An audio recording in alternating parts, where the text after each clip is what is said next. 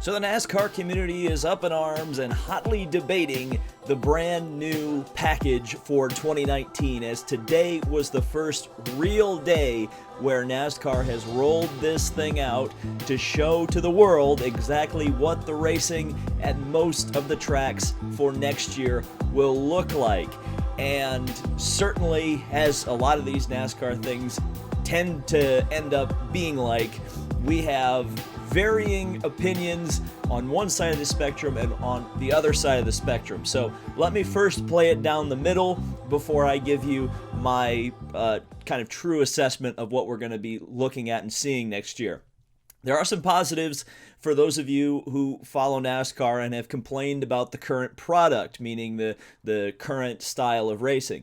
It certainly seems like a dominant car, or at least the leader of the race, will not be able to necessarily gap the field, will not necessarily be able to pull away. You won't have massive gaps between, say, first and 25th position. If you're within a ballpark, say in qualifying, if you're within half a second to a couple of tenths of a second, you will probably be within a second of the leader throughout most of the race, assuming it stays green and assuming there aren't too many strange strategy things that may play out. So you're going to have a tighter field, and because of that, it also means, like I said, a tighter field, closer competition. You're going to see cars running much closer to each other. And for a lot of folks, that is a very exciting aspect of racing, particularly NASCAR racing. So to see cars tightly wadded together, or at least the perception that the cars are much closer in terms of on-track competition, that is certainly going to be there. I guess we'll go on to some of the negative things, and there certainly are some. In fact, let's say this is a neutral thing right now. It seems like passing is possible, and at the same, or by the same token, it is not the kind of what a lot of folks feared, was that this was going to be a massive Daytona Talladega style pack around a 1.5 mile track where there was absolutely really, it was essentially going to be two lines of freight training cars, and that was going to be about it. That's not seemed to be the case. It's actually been a little bit more of a line, cars very tightly grouped together, but for the most part, you're seeing just a line of cars, and then you'll see drivers be able to get some runs, pull out and attempt to make some passes. Generally, you see passes closer to the back of the field, but passing does seem to be possible under certain circumstances. So I guess we'll put that in the neutral category. Heading on to the negative category, as we kind of expected with the increase in downforce and the reduction in power, the cars are slower, much slower. In fact, they're so slow that there are some lap time reports from reputable sources like Jeff Gluck that say the Xfinity cars were actually faster in single car runs than the Cup Series cars.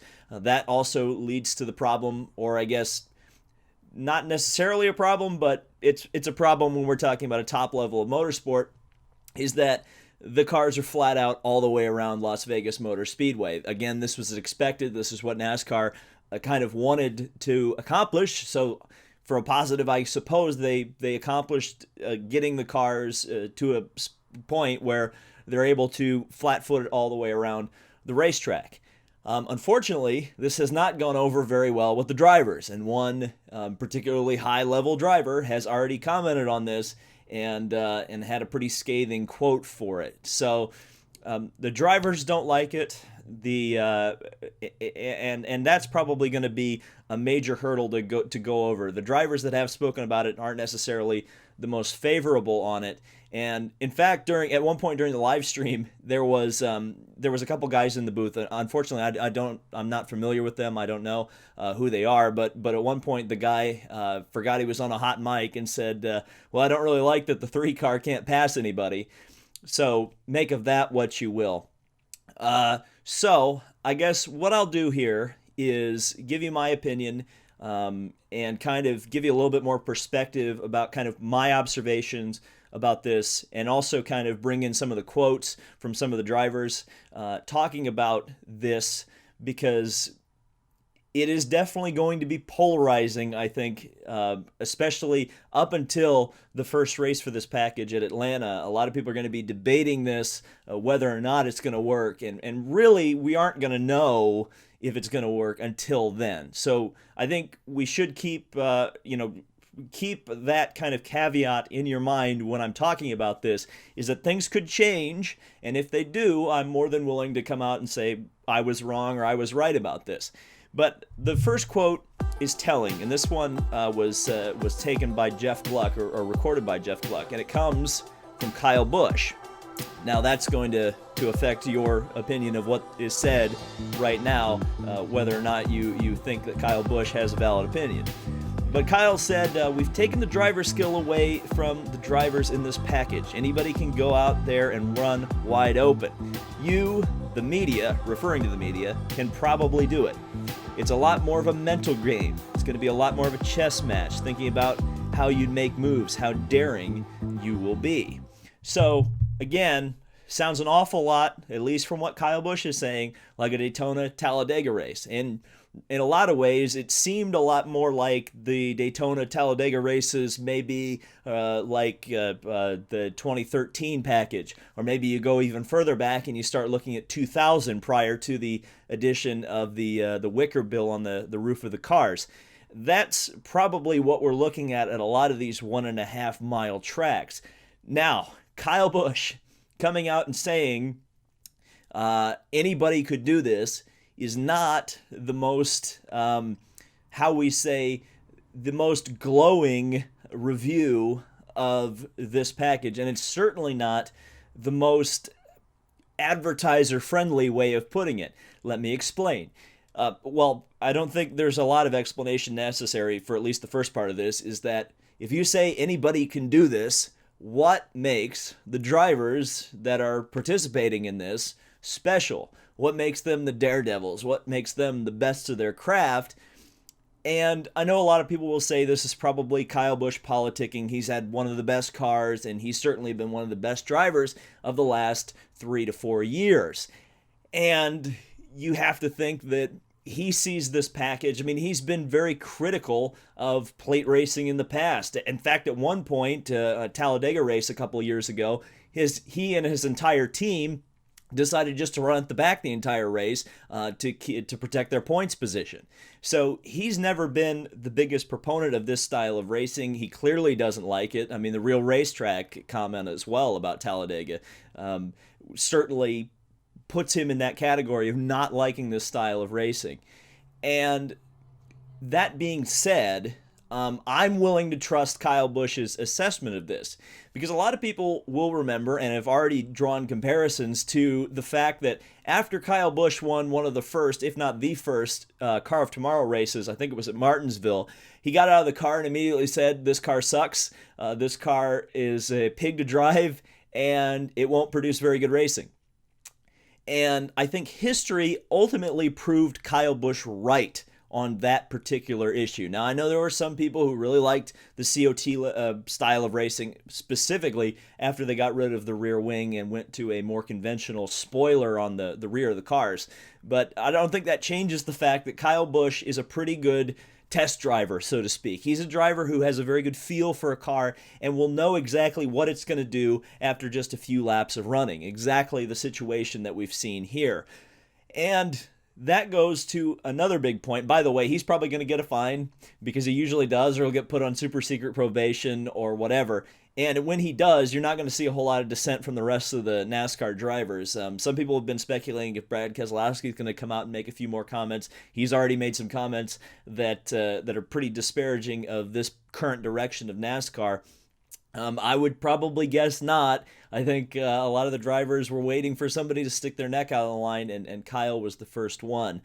But I think this style of racing, I tend to agree with Kyle, because I think even if you saw some positive things in this racing so far, meaning you saw some side-by-side action, you saw some passes, I think we need to consider that this was something like a 30 to 40 lap run, and most NASCAR races are around 200, 250, 300 laps, depending on how big the track is, and those usually equate to about 500-mile races. And this is something that not a lot of people are talking about yet, but I think I need to bring up. Do you remember what it's like at about lap 80 at Talladega? How exciting is the racing at that particular moment, especially considering if you've had a long green flag run, or just the drivers in general aren't feeling like taking a whole lot of risks at that particular point in the race? You're going to see a lot of single file racing.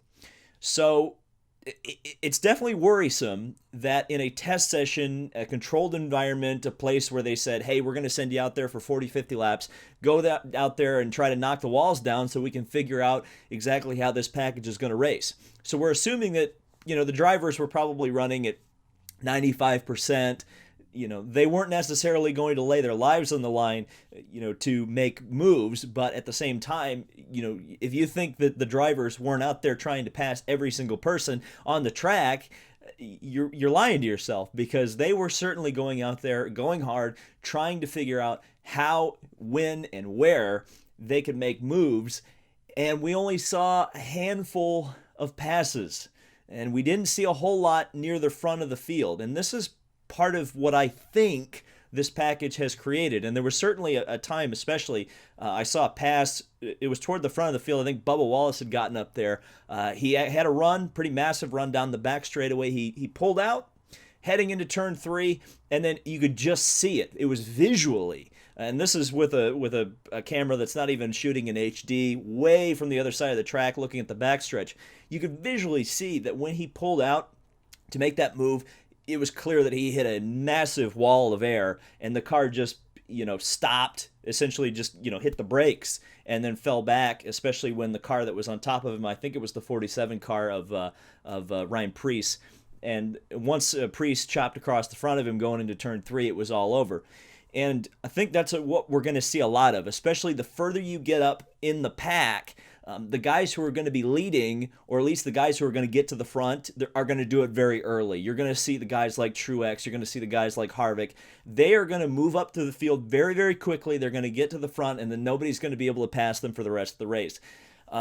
Because once you get in this sort of a situation where you have 3 or 4 guys that are really, really fast, and they all run in a line together, and believe me, they probably are going to do just that, because, again, why risk your equipment on lap 120 at a 300-lap race at Atlanta? So the idea that this package is going to bring the furniture, the front row racings up to the front, and those guys are going to get up there and mix it up with Harvick and Truex, I think is short-sighted at best, and it's not really a realistic expectation. Again, the positive here, if you are one of those people who kind of wants to see that style of racing, I think you're going to see it be a lot closer. You're going to see the pack much tighter than it used to be, but the cars are still going to be arranged in the same way that they were in the past. I think a good car, a dominant driver, will still be running up at the front of the field, and that's not going to change.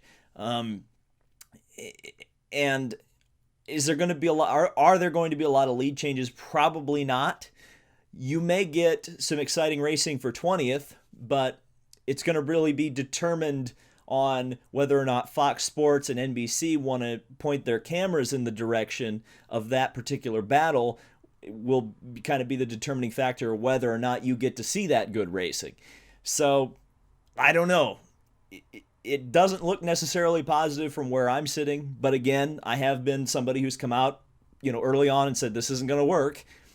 It doesn't look like it's going to work right now. They could make some changes. They could add some horsepower. Maybe that would help. Maybe they'll reduce power knowing NASCAR. I don't know. I'm sure you've already let me know at least some of your comments down below, but obviously I'd like to hear from you. Let's get that debate going. Does NASCAR no longer require any skill? Do you think Kyle Busch is right? Or do you think this is going to be the best thing since sliced bread? I don't know. That's going to be exciting. I guess we'll see in Atlanta, but the discussion will rage until then. Thank you guys so much for watching. This has been David Land on YouTube. Subscribe for more motorsport and NASCAR content, and we'll see you in the next video.